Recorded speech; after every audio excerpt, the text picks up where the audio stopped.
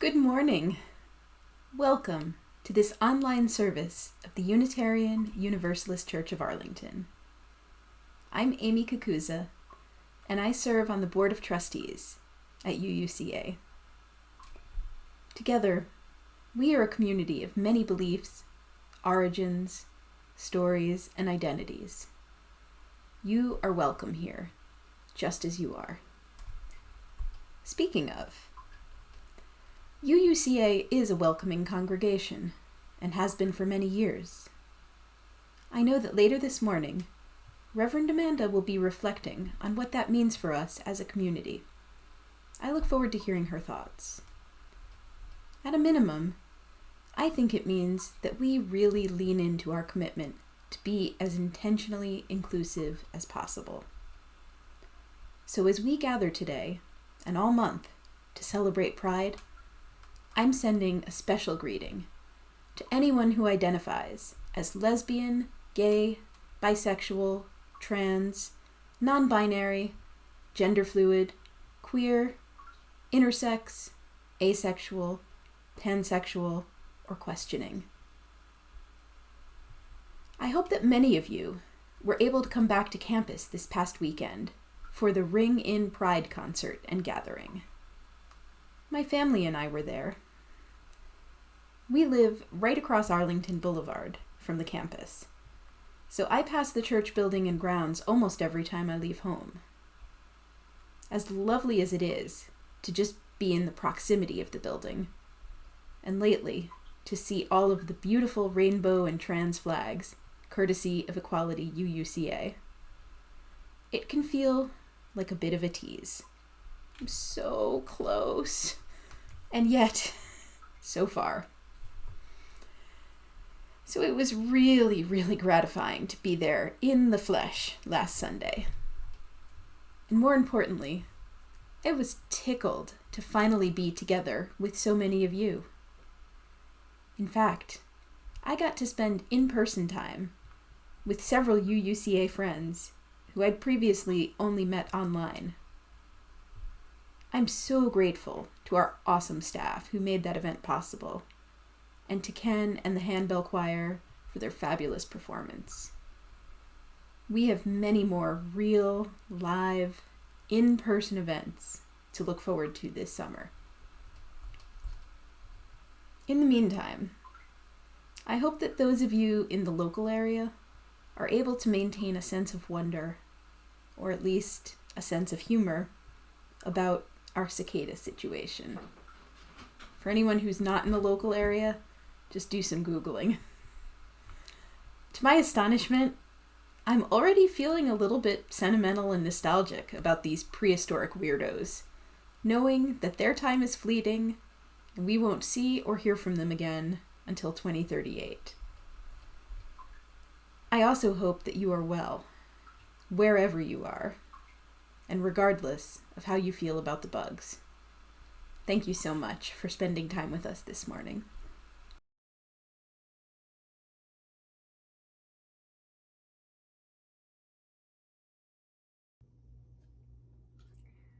I call us to worship this morning with words from Hannah Roberts Villeneuve, called A Protest and a Party. People sometimes ask, is Pride a protest or a party? And the answer is, of course, yes. And why not? Why not rejoice as we resist, dance as we demand change, celebrate as we create community that delights in all of who we are? So bring all of that with you this morning. Bring your policy demands. Bring your glitter. Bring your Supreme Court broken heart. Bring your rainbow socks. Bring the emptiness you feel for our siblings gone too soon. Bring your Gloria Estefan remix. Bring your tender hope for change. Bring your most garish eyeshadow. Bring your spirit tattered and battered by a world that seems insistent on choosing fear and hate. Gather up all these things and bring them here to a place where we don't have to shoulder these burdens or celebrate these joys alone. Come, let us worship together.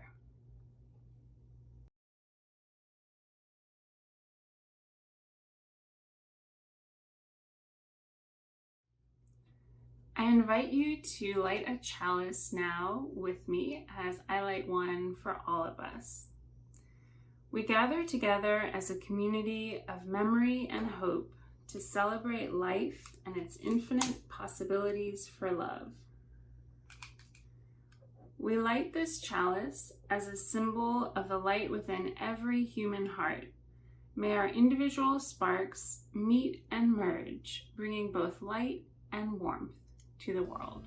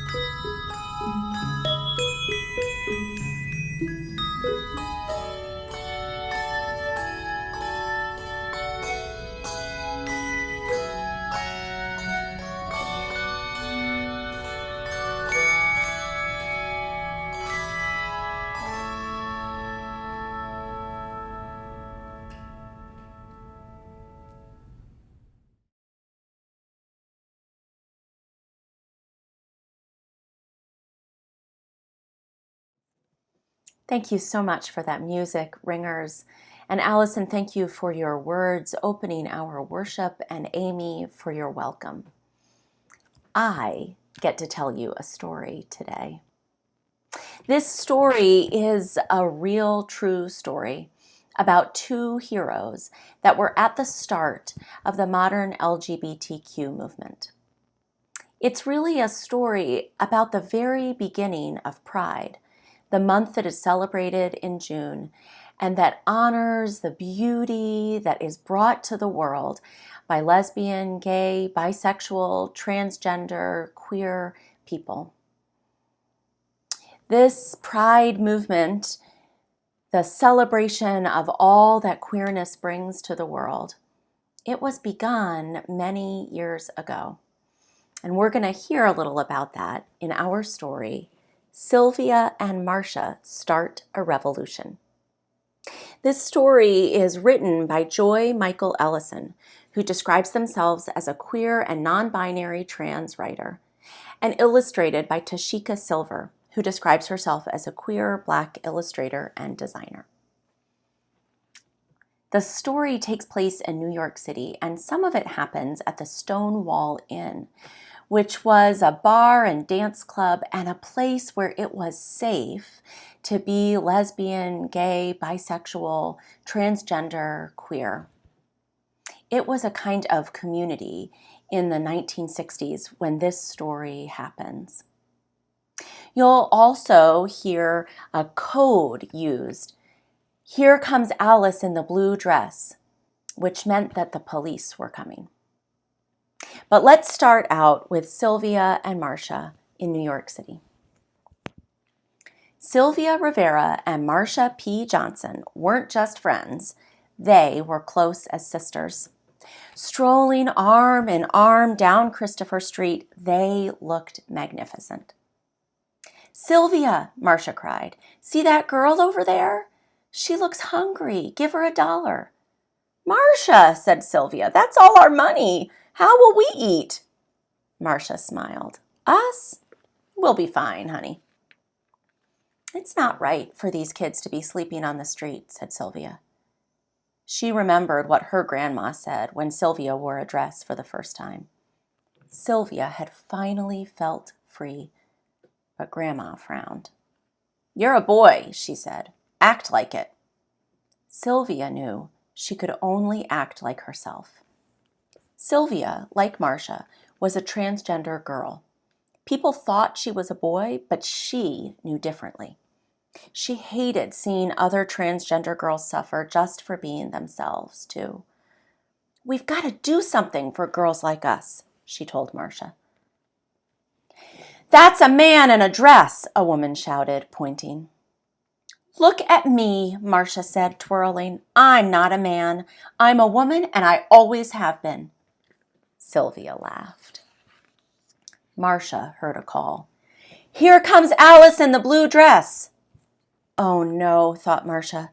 That means the cops are coming. Police could arrest transgender girls for wearing dresses. She grabbed Sylvia's hand and they ran. Sylvia panted. You okay? Honey, I'm tired of being treated so bad, said Marcia. Sylvia sighed. Someday, girls like us will be able to wear whatever we want. People will call us by the names we choose. They'll respect that we are women. Cops will leave us alone and no one will go hungry. Sylvia and Marcia talked and talked about making life better for themselves and their sisters.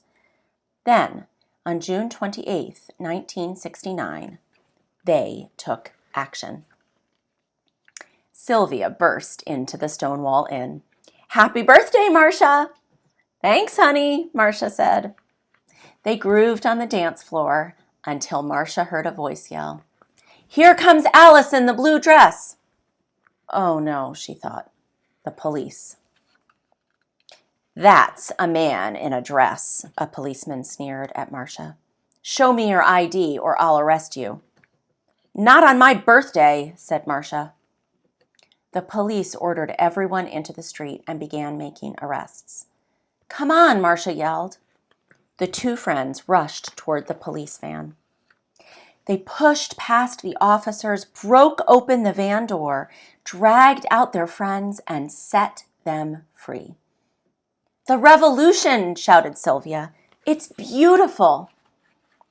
The next day, everyone on Christopher Street was talking about the Stonewall Rebellion. Sylvia and Marcia strode with pride like two lionesses until they heard the call. Here comes Alice in the blue dress. Look at these children with no homes running from the cops, Sylvia shook her head. We still got to do something for them. Marcia frowned. We're just two friends trying to survive ourselves. We'll give them what we got, said Sylvia. Friendship. Let's get a house and open it up to all the young sisters living on the streets. Young transgender girls came from miles around to live with Sylvia and Marcia. Together, they took care of each other. They ate together, laughed together, and struggled together. They became a family. Sylvia and Marcia spent their lives fighting for the survival and rights of transgender people. Through it all, they were best friends. Their memory shines like a star, showing us that with our friends, we can change the world. With our friends, we can change the world. We all owe a debt of gratitude to Sylvia and Marcia for starting that revolution. And all of us have a role to play in helping to make the world a more just and beautiful place where everyone can be themselves safely. And I want you to know that if you identify as queer, as lesbian or gay, bisexual, transgender, or any other identity in the whole queer rainbow, that you are loved and celebrated by this community. Well, now that our story is done, I want to invite all of us into a time of prayer. Today, though, I'm not going to offer those words of prayer. I'm going to invite you with me into a prayer created by Dory Midnight and many other people. This prayer was created to lift up the blessed experience of queer people, to bring prayers from the sacred Jewish tradition into this time, this moment, in the voices and with the faces of queer people. I invite you now into the prayerful, beautiful space of queer morning blessing, shared with this congregation with permission from Dory Midnight.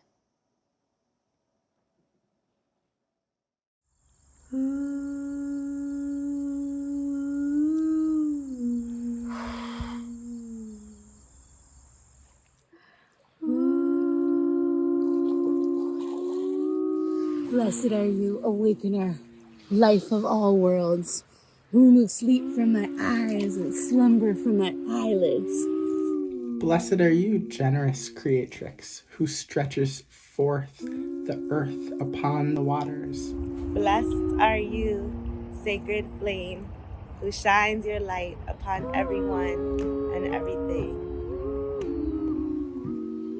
Blessed are you, wings of gold, who crowns my people, all people, with splendor. Blessed are you, holy fashion designer, who delights in the way we dress ourselves as altars. Blessed are you, nameless and infinite, who has made us in your image and reminds us that all bodies are sacred and holy. Boom, boom. Blessed are you, liberation worker, who moves us to stretch and expand towards freedom. Blessed are you, divine apple orchard, who delights in my delight and receives my pleasure as praise. Blessed are you, the way, who meets me where I am.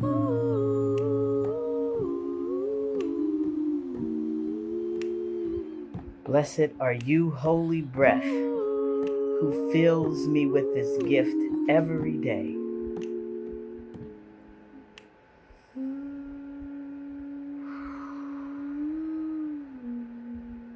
Blessed are you, abundance, for helping me remember I have everything I need.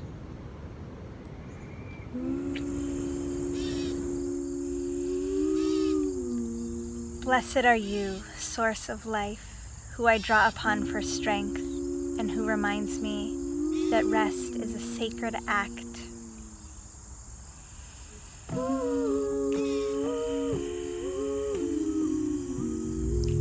Blessed are you, fabulous one, who loves me just as I am. Blessed are you, weaver of being, who shaped the human being with wisdom, making for us all of the openings and vessels of the body. It is known that we are miracles, and that all bodies are miracles. Blessed are you, you of many names, for revealing infinite paths of healing. Blessed are you, you of many names, for revealing infinite paths of healing.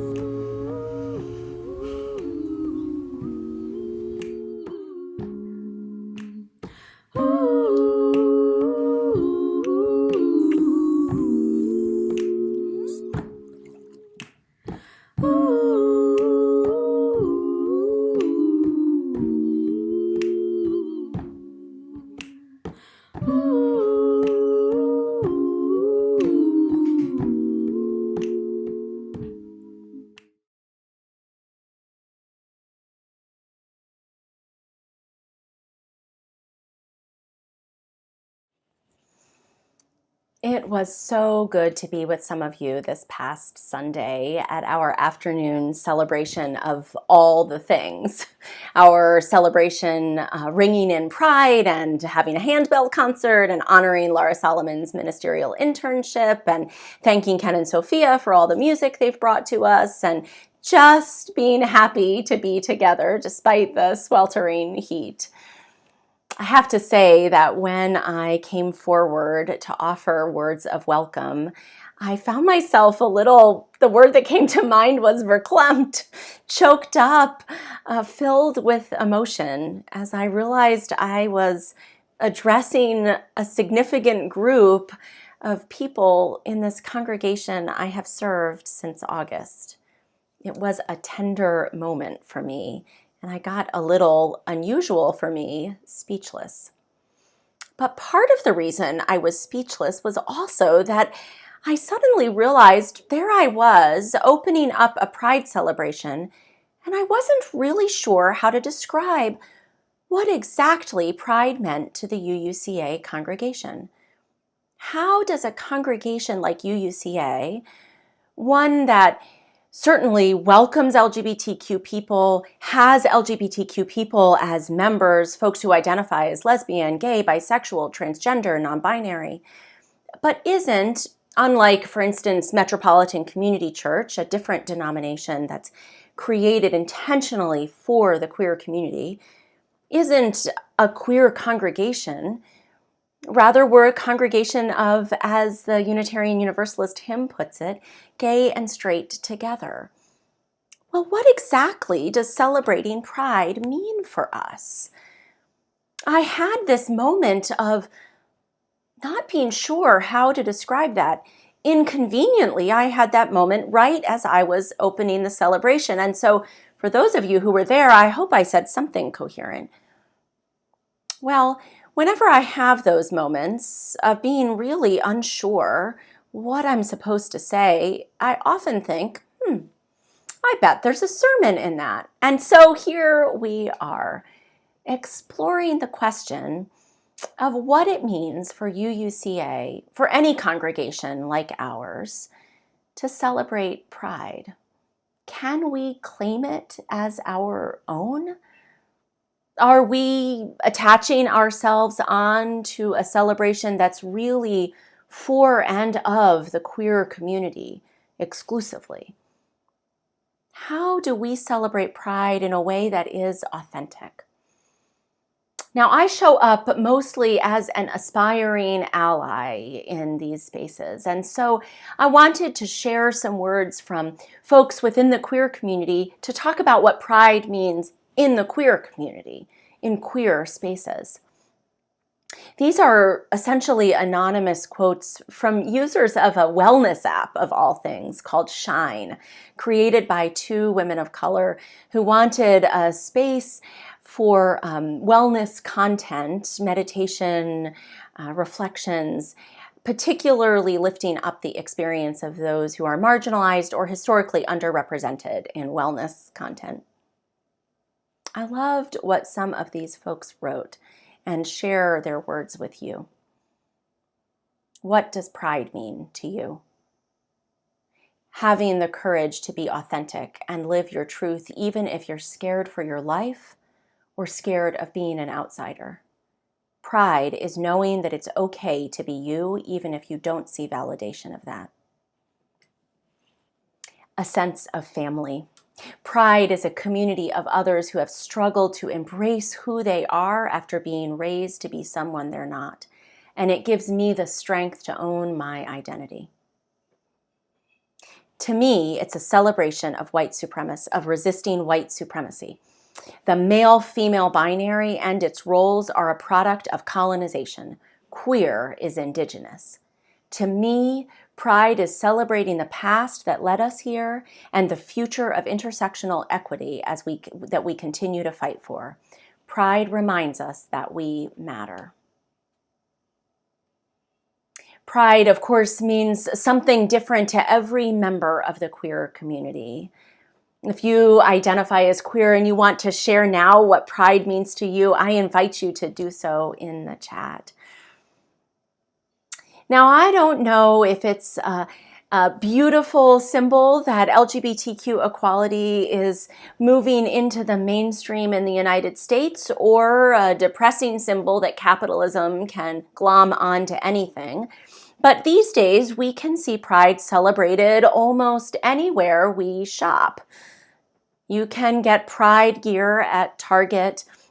You can ride the rails with pride with Amtrak. You can bank with pride.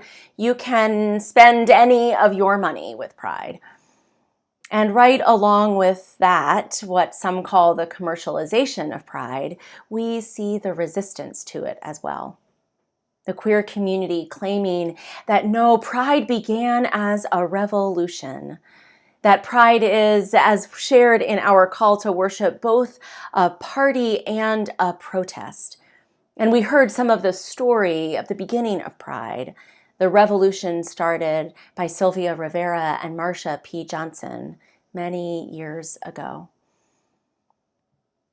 So I wonder then, are congregations who celebrate pride just another version of that commercialization, taking on the rainbow for our own uses? I don't think so. And I think we need to be intentional about how we approach pride, particularly when the we is a congregation that includes many who identify as aspiring allies, who identify as straight or cisgender, as well as those who identify as queer. There is great power in religious witness, in solidarity and support of LGBTQ equality. UUCA has reason to be proud of its witness in the past and now. Even just this year, I have heard and read the testimonies of UUCA members for transgender rights in schools, the safety of our children in the community, in school bathrooms, in school policies. UUCA and the Unitarian Universalist Association overall have been important in our national fight for LGBTQ equality.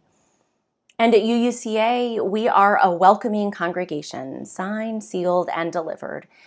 Years ago, in fact, UUCA took the workshops, held the classes, expanded its understanding so that it could become a welcoming congregation, ultimately voting as a whole membership to be welcoming to LGBTQ people. And that is a beautiful thing, something to celebrate. And it can't stop there. I know that in recent years, I have had my own understanding expanded over and over again, particularly in a couple of areas. And perhaps those areas are places where you might learn and expand too, no matter your identity. For me, I have found particular expansion of learning around gender identity and expression, as I have come to understand that gender is not that male-female binary, just one or the other that I was taught when I was growing up, and that we still see reflected around us in so many ways, but rather that gender is a spectrum, that people experience gender in all kinds of different and amazing ways, using different pronouns, not just he, him, or she, her, but also they, them, or z, or perhaps just using their name rather than a pronoun. I've learned about ways that I can be welcoming as someone who is cisgender. That means that the gender I was assigned at birth is the gender I continue to identify with. I can use my own pronouns when introducing myself to make it more commonplace to share your pronouns so that somebody whose pronouns are sometimes gotten wrong by others can share their correct pronouns and be respected and addressed using those pronouns. I've learned about what it means to be non-binary, genderqueer, or gender fluid, or agender, to really exist outside the gender spectrum, understanding gender quite differently than I do. I don't need to understand it all perfectly to be able to respect it and to know that I want to create a world and a community where all gender identities and expression are welcome and celebrated. I have also learned about not just fighting homophobia or transphobia, but fighting heteronormativity. Heteronormativity is the idea that we generally assume in our mainstream United States culture that people are heterosexual or straight. That might show up in ways like asking a child where their mom or dad is, rather than asking a child where their parents are or their parent. Actually, that's just a nicer way to sort of make room for all kinds of different family structures. Or it might show up in assuming what gender someone's partner might be, rather than asking about their partner without any assumed gender expectations or pronouns used.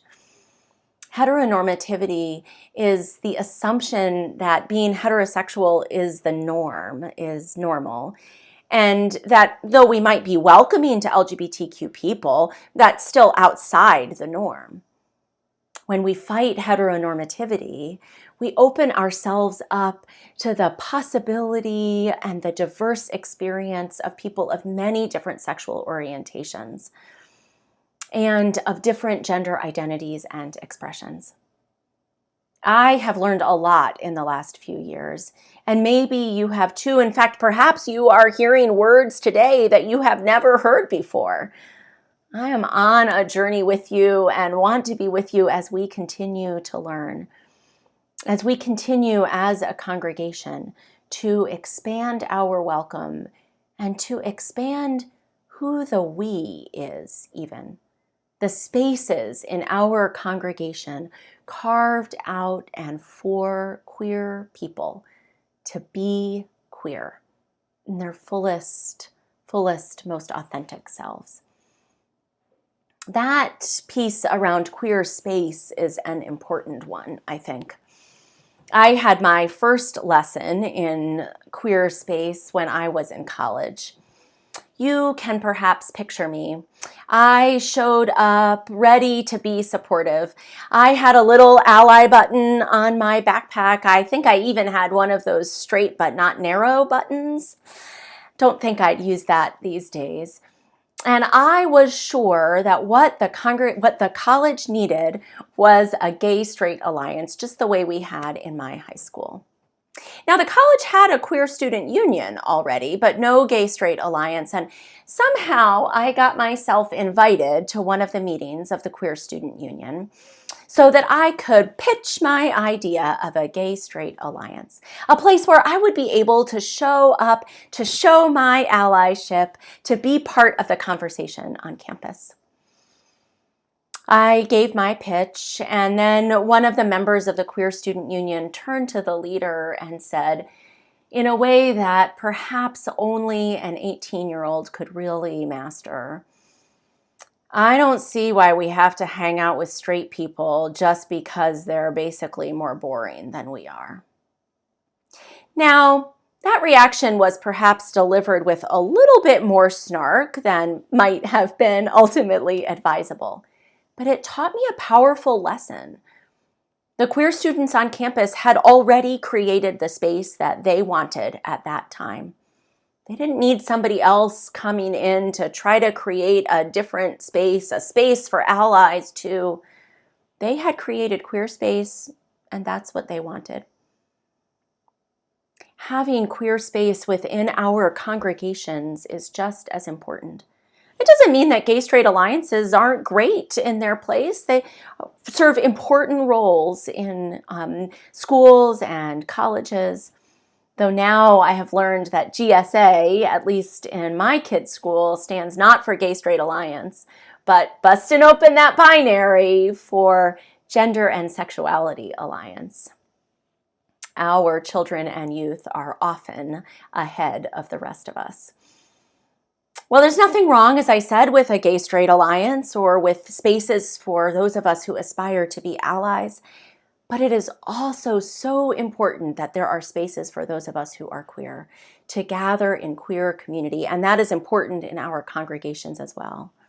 UUCA has had a history of that too, and I've been grateful just even in this year for the queer spirituality group that Laura created as part of her ministerial internship, and now for the queer youth spirituality group that she is holding.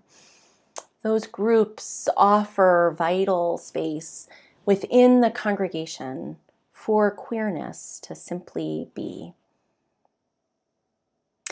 In addition to expanding our learning, to ensuring that our congregation has queer space for queer community, all of us can find, no matter our identity, that queerness and the queering of theology enriches our lives, our understanding of Unitarian Universalism, of spirituality, of the divine. You'll notice I used queering as a verb there, taking something and queering it. Now, how the queering of theology affects us personally may be different based on our identity, but I think all of us can find our understanding of the world expanded. That happened for me recently when I came across this poem by the Reverend M. Barclay. It was part of a blog in Fleshed, which offers liturgical resources, sermon prompts, poems, prayers on a whole variety of subjects. This poem is called God is Queer. And as I read through the poem, I invite you to hold that phrase in your mind, God is queer, and to think how it might expand your understanding of the divine. God is queer, as in strange, surprising, titillating, non-conforming to norms that destroy, as in breaking open new possibilities through flesh entangled and brave acts of collective courage, as in troubling certainties, resisting assimilation and persisting through struggle together, as in interdependence, chosen family, and reaching out to isolated kin, as in always becoming, as in less this or that and more multi-layered, multi-dimensional, and complex, as in intimately experienced and beyond definition, as in the love between strangers and sheets, the love that lasts for lifetimes, the love that begets love, as in resists white supremacy and all its deadening lies, rigid definitions, and desire to control and confine, as in loyal to love, lovers, beloveds, even when it's all on the line, as in hurtful when spit from the mouth of hate, but sometimes still also a lighthouse, a history of holy uprising and a coming home from within. God is Queer by Reverend M. Barclay. That poem, our beautiful prayer, Queer Morning Blessings, they invite me into a new way of understanding the world. Again, each one of us might see our identity reflected there or not, but all of us might see a world made more beautiful, possibilities made more infinite, binaries broken down, boxes unboxed, space for each of us to be authentically ourselves. That's what queering theology offers us, any one of us in Unitarian Universalism. I was thinking about how you might be able to tell that a congregation wasn't just a welcoming congregation, signed, sealed, delivered, done, learning over, but rather a welcoming congregation that kept expanding its welcome, kept learning new things, created space for queer community, queered its theology and understanding, like queer is a verb. And I thought, of course, about a TV show that I think offers a parallel. Maybe you remember the original Queer Eye for the Straight Guy came out in the early 2000s. It featured 5 gay men who were there to help straight men, unsuspecting straight men usually, who had been nominated by somebody else in their lives, and who were fashion don'ts. Those 5 gay guys provided fashion advice, which the show seemed to suggest they had somehow innately because they were gay, stereotype number 1, and helped the straight guy who, stereotype number 2, didn't know how to dress, to figure out new outfits, new ways of being, thanks to a well-cut sports coat. I thought the show was fun. I watched it at the time. But now we have Queer Eye, the reboot. And now I see how different that show, still limited, not perfect, is from the original Queer Eye for the Straight Guy. You see it even in the title. Queer Eye for the Straight Guy was for the straight guy. Queerness was on the side to the straight person being helped by the show. And queerness in that initial Queer Eye for the Straight Guy happened mostly off screen. Those men identified as gay, but they didn't bring it into the conversations they had in the show. They were really mostly about fashion. In Queer Eye, the reboot, the 5 people who show up offering, yes, fashion support, life coaching, ways of discovering our authentic selves.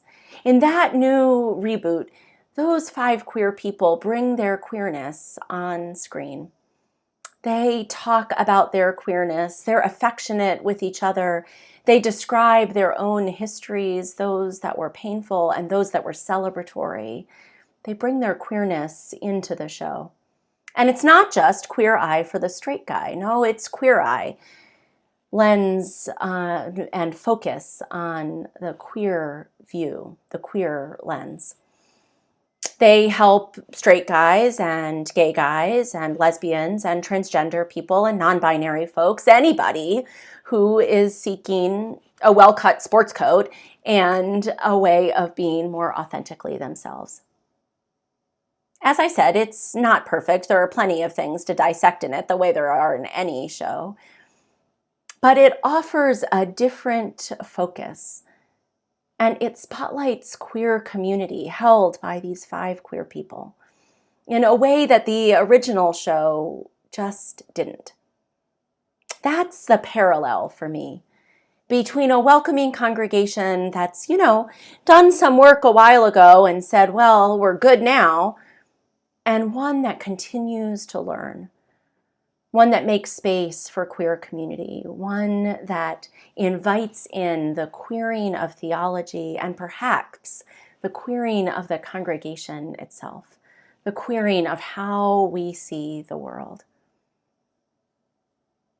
There is power in the religious witness of a congregation in solidarity with LGBTQ equality, and we have much to be proud of in this congregation. I hope that we will also be on an eternal journey of expanding our welcome, expanding who the we is, what it means for us as a congregation, gay and straight together, all the different sexual orientations, gender identities, and expressions together, to break down the binaries, to keep on learning, to be, yes, one congregation together and also celebrating the individual identities that each of us bring. To wrap ourselves in rainbows and to live into the promise of pride, the promise of a welcoming congregation. I am so excited to be on that continual journey with all of you. And so I say, Happy Pride. There is always a light when we are ready to see it. There is always a light when we are ready to be it. To see the light, to be the light, to raise our eyes in the dark of night, to climb this hill, together we will. There is always a light in the darkness. When we are ready to see it. There is always a light in the darkness. When we are ready to be it. To see the light, to be the light, to raise our eyes in the dark of night, and to climb this hill. Together we will. There is always a light. There is always a light. There is always a light. There is always a light. To see the light, to be the light, to raise our eyes in the dark of night, and be the light. Together we will. There is always a light. There is always a light. There is always a light. There is always a light. To see the light, to be the light, to raise our eyes in the dark of night, and be the light.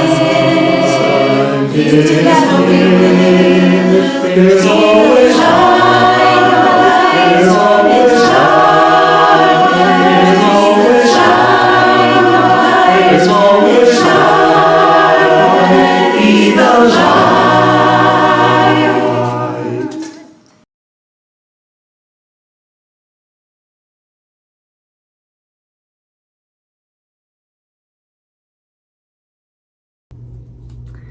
Starting this Sunday and ending on Saturday, June 19th, 70% of the offering will be split between Our Lady Queen of Peace Food Pantry and Randolph School PTA.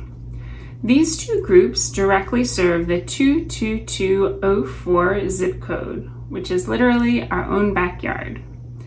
UUCA has worked with the Randolph PTA in the past, helping families whose children attend the school. Our Lady Queen of Peace Food Pantry provides food for Arlington residents and does not require paperwork from those in need, so people without documents can receive help. There are many ways to pledge: through our website, by text, the Give Plus app, and by mailing a check.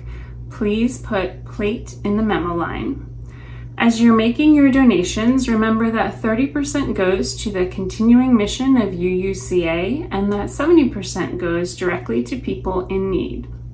I ask that you please give accordingly and consider adding a little extra to your gift this week. Let us be grateful when we are able to give, for many do not have that privilege. Let us be grateful for those who share their gifts with us, for we are enriched by their giving. Let us be grateful even for our needs, so that we may learn from the generosity of others.